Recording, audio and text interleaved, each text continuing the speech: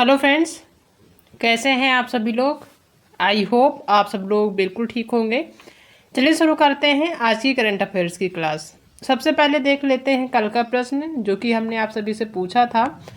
प्रश्न था कि हर वर्ष अंतर्राष्ट्रीय थैलीसीमिया दिवस कब मनाया जाता है। अंतर्राष्ट्रीय थैलीसीमिया दिवस जो है हर साल मनाया जाता है, तो किस दिन मनाया जाता है। क्या ये 7 मई को मनाया जाता है, 8 मई को मनाया जाता है, 9 मई को या फिर 10 मई को। तो अंतर्राष्ट्रीय थैलीसीमिया दिवस जो है क्यों मनाया जाता है, ये जो है जो थैलीसीमिया एक रोग है उसके प्रति जागरूकता बढ़ाने के लिए हर साल मनाया जाता है। और कब मनाया जाता है, तो यह मनाया जाता है 8 मई को। हर साल 8 मई को अंतर्राष्ट्रीय थैलीसीमिया दिवस मनाया जाता है। इस बार भी 8 मई को मनाया गया है।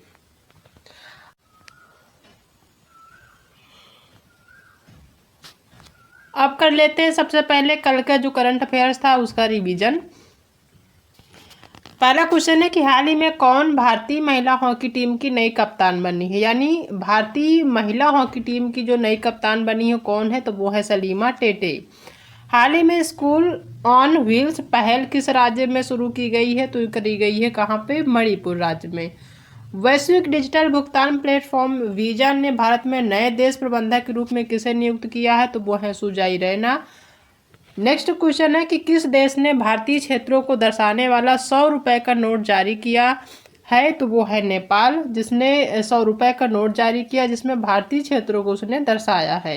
हाल ही में मियामी ग्रैंड प्रिक्स किसने जीती है, तो वो है लैंडो नॉरिस, जिन्होंने मियामी ग्रैंड प्रिक्स अपने नाम करी है। नेक्स्ट क्वेश्चन है कि हाल ही में किसने मैड्रिड ओपन टेनिस का एकल खिताब जीता है, तो वो जीते हैं इगा स्वाएटेक और एंड्रे रूबलेव। इन दोनों ने जो है एंड्रे रूबलेव, इन दोनों ने क्या जीता है, मैड्रिड ओपन टेनिस का एकल खिताब अभी हाल ही में जीता है। नेक्स्ट क्वेश्चन है कि भारत और किस देश ने इंटर बैंक सिस्टम पर यूपीआई लॉन्च करने के लिए सहमति व्यक्त करी है, तो वो है घाना। भारत और घाना ने यूपीआई लॉन्च करने के लिए क्या करा है, सहमति व्यक्त करी है। सिंकू ला दर्रा जो हाल ही में खबरों में था किस राज्य में स्थित है, तो ये है हिमाचल प्रदेश में। हाल ही में किस राज्य के अजरक को जीआई टैग मिला है, तो ये है गुजरात राज्य का। उज्जीवन स्मॉल फाइनेंस बैंक के एमडी और सीईओ किसे नियुक्त किया गया है, तो वो है संजीव नौटियाल, जिन्हें अभी जो है हाल ही में उज्जीवन स्मॉल फाइनेंस बैंक का एमडी बनाया गया है। अब देख लेते हैं आज यानी कि 13 मई के कुछ इंपॉर्टेंट करंट अफेयर्स के क्वेश्चन।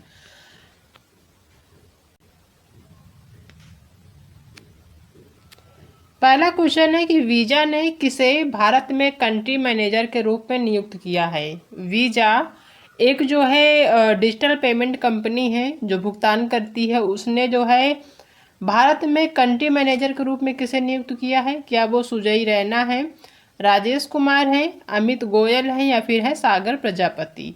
तो जो वीजा है जो कि एक डिजिटल पेमेंट कंपनी है जो कि भुगतान करती है डिजिटल रूप से, उसने भारत में कंट्री मैनेजर के रूप में किसे नियुक्त किया है, तो वो है सुजय रैना। ठीक है, जो कि कंट्री मैनेजर हैं वीजा के। ठीक है, इस चीज़ को ध्यान रखना है, पहला ऑप्शन सही होगा। नेक्स्ट क्वेश्चन है कि भारत ने किस देश को 14,000 टन बासमती सफ़ेद चावल के निर्यात की अनुमति दी है। भारत जो है किस देश को 14,000 टन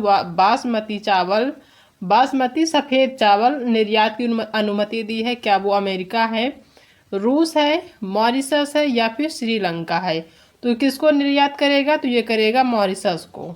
ठीक है, मॉरिशस को 14,000 टन बासमती चावल निर्यात करेगा कौन, भारत करेगा। किस देश ने तनाव के बीच सामरिक परमाणु हथियार अभ्यास की घोषणा करी है। अभी हाल ही में किस देश ने तनाव के बीच सामरिक परमाणु हथियार अभ्यास की घोषणा करी है। क्या ये यूक्रेन है, रूस है, चीन है या फिर इजराइल है। तो जो देश है जिसने अभी हाल ही में तनाव के बीच सामरिक परमाणु हथियार अभ्यास की घोषणा करी है, तो वो कौन है, वो है रूस यानी कि रसिया। ठीक है, इस चीज़ को ध्यान रखना है। नेक्स्ट क्वेश्चन है कि हाल ही में रन फॉर विकसित भारत मैराथन का आयोजन कहाँ किया गया है। मोस्ट इम्पॉर्टेंट क्वेश्चन है कि हाल ही में रन फॉर विकसित भारत मैराथन का आयोजन किया गया है, कहाँ पे किया गया है ये बताना है। क्या नई दिल्ली में हुआ है, लखनऊ में हुआ है, अहमदाबाद में हुआ है या फिर हुआ है कोलकाता में। तो ये कहाँ पे हुआ है, ये हुआ है दिल्ली में। कब हुआ है, तो ये हुआ है 8 मई को। ठीक है, 8 मई को दिल्ली में हुआ है। ठीक है, दिल्ली में जो है जो डीयू है यानी दिल्ली यूनिवर्सिटी और विकास भारत एम्बेसडर क्लब है, इस दोनों ने मिलकर इसका आयोजन किया है, जिसमें जो बैडमिंटन की जो खिलाड़ी हैं साइना नेहवाल और जो एक अभिनेता हैं फिल्म जगत के राजकुमार राव, उन दोनों ने डीयू के नॉर्थ के कैंपस से क्या किया है, इसको हरी झंडी दिखाया है। रन फॉर विकसित भारत मैराथन को हरी झंडी दिखाया है। कब हुआ था, तो ये हुआ था 8 मई को। कहाँ पे हुआ है, नई दिल्ली में हुआ है। ठीक है, और इसमें जो है जो एक कह सकते हैं कि जो गेस्ट थे, गेस्ट के रूप में, तो वो थी साइना नेहवाल जो कि बैडमिंटन खिलाड़ी हैं, और एक अभिनेता हैं फिल्म जगत के राजकुमार राव। इन दोनों ने मिल के जो है इस रन फॉर विकसित भारत मैराथन को क्या किया है, हरी झंडी दिखाई है। ठीक है, तो इस चीज़ को ध्यान रखना है। और इसमें जो है अगर इस मैराथन की बात करें, ये मैराथन कितने किलोमीटर की थी, तो 2.4 किलोमीटर की थी, जिसमें डीयू के 5000 स्टूडेंट हिस्सा लिए थे इस मैराथन दौड़ में। ठीक है, 5000 स्टूडेंट डीयू के जो है इस मैराथन दौड़ में हिस्सा लिए थे। कहाँ पे हुई थी, दिल्ली में हुई थी। इस चीज़ को ध्यान रखना है। नेक्स्ट क्वेश्चन है कि T20 में 350 विकेट का आंकड़ा छूने वाले पहले भारतीय खिलाड़ी कौन बने हैं। T20 में 350 विकेट का आंकड़ा छूने वाले पहले भारतीय खिलाड़ी कौन बन गए हैं। क्या वो मोहम्मद सिराज हैं, यजुवेंद्र चहल हैं, रवींद्र जडेजा हैं या फिर भुवनेश्वर कुमार हैं। तो कौन बने हैं, अभी हाल ही में बने हैं, वो हैं यजुवेंद्र चहल, जो कि T20 में 350 विकेट का आंकड़ा छूने वाले पहले भारतीय बने हैं। इन्होंने किसका विकेट लिया है, अगर ये आपको जानना हो तो ऋषभ पंत जो एक खिलाड़ी हैं उनका विकेट लेकर इन्होंने ये जो है उपलब्धि हासिल करी है। ठीक है, ये जो यजुवेंद्र चहल हैं ये राजस्थान रॉयल्स के लेग स्पिनर खिलाड़ी हैं। ठीक है, इन्होंने दिल्ली के खिलाफ 4 ओवर में 48 रन देकर एक विकेट लिया है, और एक जो विकेट लिया है वो ऋषभ पंत का इन्होंने विकेट लिया। उस विकेट को लेने के बाद इन्होंने 350 विकेट आंकड़ा लेने वाला ये जो है पहले खिलाड़ी बन गए। पहला इतिहास इन्होंने रचा है कि T20 में 350 का जो विकेट है, 350 विकेट का जो आंकड़ा छूने वाले पहले भारतीय बने हैं वो बने हैं यजुवेंद्र चहल। उन्होंने 4 विकेट जो है 4 ओवर में 48 रन देकर एक विकेट लिया है। किसका लिया, ऋषभ पंत का लिया है। ठीक है, ऋषभ पंत का एक विकेट लेने के बाद ये उपलब्धि इन्होंने हासिल करी है।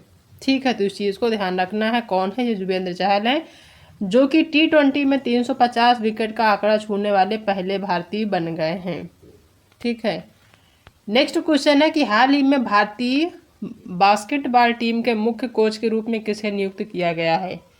हाल ही में भारतीय बास्केटबॉल टीम के मुख्य कोच के रूप में किसे नियुक्त किया गया है। क्या वो अमोल मजूमदार हैं, राहुल द्रविड़ हैं, हरिंदर सिंह हैं या फिर स्कॉट फ्लेमिंग हैं।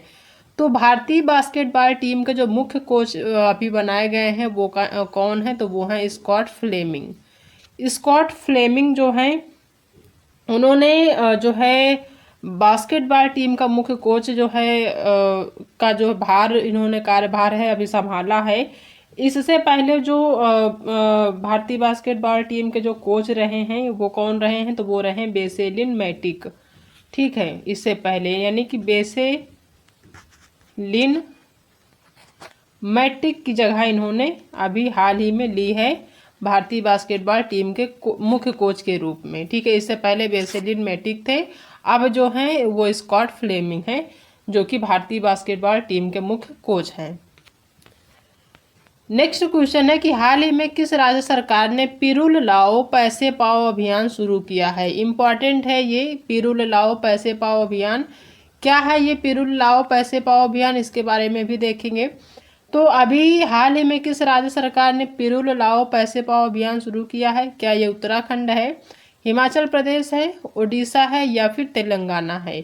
तो ये जो पिरूल लाओ पैसे पाओ अभियान शुरू किया है, किसने शुरू किया है? तो ये शुरू किया है उत्तराखंड सरकार ने। ठीक है, उत्तराखंड सरकार के ने जो है अभी ये अभियान शुरू किया है। वहाँ के जो मुख्यमंत्री हैं वो हैं पुष्कर सिंह धामी। पुष्कर सिंह धामी जो हैं वो उत्तराखंड के मुख्यमंत्री हैं, उनके द्वारा जो है ये अभियान शुरू किया गया है। ठीक है, अब अगर बात करें कि जो पिरूल है ये है क्या, जो लोग उत्तराखंड से हैं उनको तो पता होगा कि ये पिरूल है क्या। ठीक है, तो हम आपको बताते चले कि जो पिरूल है ये जो है एक चीड़ का पेड़ होता है, उस चीड़ की जो पत्तियां होती हैं उसको जो है पिरूल कहते हैं। ठीक है, उत्तराखंड में चीड़ के पेड़ काफ़ी मात्रा में देखने को मिलते हैं। तो जो चीड़ के पेड़ होते हैं, चीड़ कह सकते हैं उसको। ठीक है, चीड़ या फिर चीड़ कह सकते हैं। तो चीड़ के जो पेड़ होते हैं उसके जो पत्ते होते हैं चीड़ के पेड़ के, उसको पिरूल कहते हैं। तो जो उत्तराखंड की सरकार है पुष्कर सिंह धामी, उनका कहना है या फिर इस अभियान के तहत ये कह सकते हैं कि जो पिरूल लाने की बात करी गई है, यानी चीड़ के पेड़ की जो पत्तियां हैं उसको लाने की बात करी गई है, उसको लाना है और उसके अकॉर्डिंग यानी पर केजी के हिसाब से उनको पैसा दिया जाएगा। ठीक है, यानी अगर कोई भी व्यक्ति चीड़ के पेड़ की पत्तियों की अगर जो है वो लाता है तो 1 केजी यानी 50 रुपये प्रति केजी, अगर जो है 1 केजी आप चीड़ के पेड़ के पत्तियां लाते हैं तो उसके जगह पे आपको 50 रुपये दिया जाएगा और सीधे आपके अकाउंट में ट्रांसफ़र किया जाएगा। ठीक है, और ये जो आखिर ये जो है पिरूल है या फिर ये कह लें कि जो चीड़ के पेड़ की पत्ती है क्यों मंगाया जा रहा, तो ये जो चीड़ के पेड़ की पत्ती है काफ़ी ज़्यादा जो है उपयोगी मानी जाती है। कहाँ पे? उत्तराखंड में। वहाँ पे जो है इसका यूज कई जगहों पे किया जाता है, जैसे जो घरेलू पशु होते हैं उनका बिस्तर बनाने में। ठीक है, गाय के गोबर में इसको मिला के उर्वरा शक्ति बनाने में, और या फिर जो फल होते हैं उनकी पैकेजिंग में भी इसका यूज़ किया जाता है।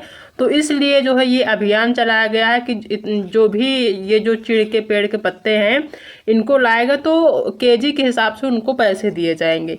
ठीक है, तो ये अभियान के तौर पे जो है कहाँ से शुरू किया गया है? उत्तराखंड से शुरू किया है। उत्तराखंड के जो मुख्यमंत्री हैं कौन है? तो पुष्कर सिंह धामी वहाँ के मुख्यमंत्री हैं। इस चीज़ को ध्यान रखना है। ठीक है, पिरूल लाओ यानी कि चीड़ के पेड़ के पत्तियां आपको लेके जाना है। वहाँ पे एक स्टोर बनाया गया है, संग्रहण केंद्र बनाया गया, वहाँ पे आपको लेके जाना है। पर केजी के हिसाब से वहाँ पे पैसे आपके सीधे अकाउंट में ट्रांसफ़र कर देते हैं। ठीक है, तो इस अभियान के तहत यही है कि आप अगर वहाँ का कोई भी निवासी चीड़ के पेड़ के पत्ते लेके जाते हैं जहाँ जो संग्रहण केंद्र यानी जहाँ पे जो है इकट्ठा किया जाता है, तो वहाँ केजी के हिसाब से आपको पैसे आपके अकाउंट में दिए जाते हैं। ठीक है, तो ये अभियान वहाँ के लिए है। कहाँ के लिए? उत्तराखंड के लोगों के लिए। नेक्स्ट क्वेश्चन है कि हवा से CO2 सोखने वाला दुनिया का सबसे बड़ा प्लांट कहाँ शुरू किया गया है? हवा से CO2 सोखने वाला दुनिया का सबसे बड़ा प्लांट कहाँ शुरू हुआ है? आयरलैंड में शुरू हुआ है, फिनलैंड में, ग्रीनलैंड में या फिर आइसलैंड में? तो ये कहाँ शुरू हुआ है? ये अभी हाल ही में आइसलैंड में शुरू किया गया है। जो हवा में जो CO2 होता है गैस, उसको सोखने वाला दुनिया का सबसे बड़ा प्लांट शुरू किया गया है। कहाँ पे? आइसलैंड में। नेक्स्ट क्वेश्चन है कि 86वीं अंटार्कटिक संधि परामर्शदात्री बैठक कहाँ आयोजित की जाएगी? 46वीं अंटार्कटिक संधि परामर्शदात्री बैठक कहाँ आयोजित की जाएगी? क्या ये मुंबई में की जाएगी, कोची में, चेन्नई में या फिर अहमदाबाद में? तो ये कहाँ आयोजित की जाएगी? तो की जाएगी कोची में। ठीक है, कौन सी? 46वीं अंटार्कटिक संधि परामर्शदात्री बैठक। ठीक है, तो कहाँ की जाएगी? कोची में की जाएगी, ध्यान रखना है। नेक्स्ट क्वेश्चन है कि कुश्ती की वैश्विक नियामक संस्था ने किस भारतीय पहलवान पर प्रतिबंध लगा दिया है? इंपॉर्टेंट है ये क्वेश्चन। ठीक है, तो कुश्ती की वैश्विक नियामक संस्था ने जिस भारतीय पहलवान पर प्रतिबंध लगाया वो कौन है? तो क्या वो दीपक कुमार हैं, विजय दहिया हैं, बजरंग पूनिया हैं या फिर जितेंद्र कुमार हैं? तो वो कौन है? वो हैं बजरंग पूनिया, जिनके ऊपर प्रतिबंध लगा दिया है। अब कर लेते हैं आज के करंट अफेयर्स का एक बार फिर से रिवीजन।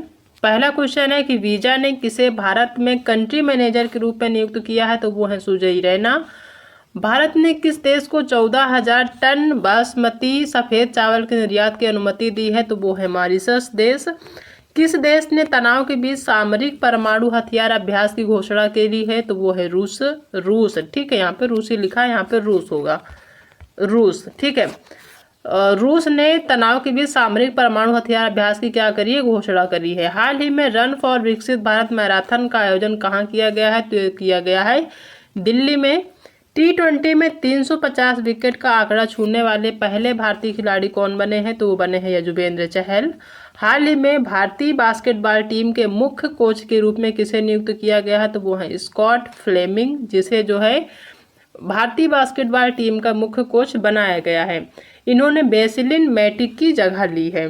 हाल ही में किस राज्य सरकार ने पिरुल लाओ पैसे पाओ अभियान शुरू किया है, तो यह है उत्तराखंड सरकार। वहाँ की जो मुख्यमंत्री हैं वो हैं पुष्कर सिंह धामी, वहाँ के मुख्यमंत्री हैं। पर केजी के हिसाब से उनको 50 रुपये दिए जाएंगे।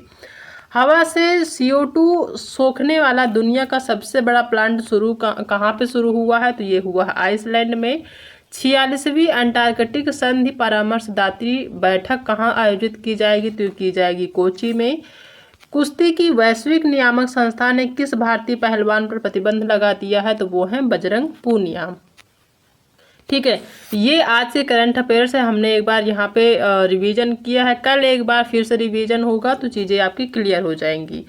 अब देख लेते हैं आज का होमवर्क है कि हाल ही में विश्व एथलेटिक्स दिवस कब मनाया गया है। अभी हाल ही में विश्व एथलेटिक्स दिवस मनाया गया है। किस दिन मनाया गया है ये आपको बताना है। हिंट के लिए हम आपको ऑप्शन दे देते हैं। पहला ऑप्शन है 8 मई, दूसरा है 7 मई, तीसरा है 6 मई और चौथा ऑप्शन है 5 मई।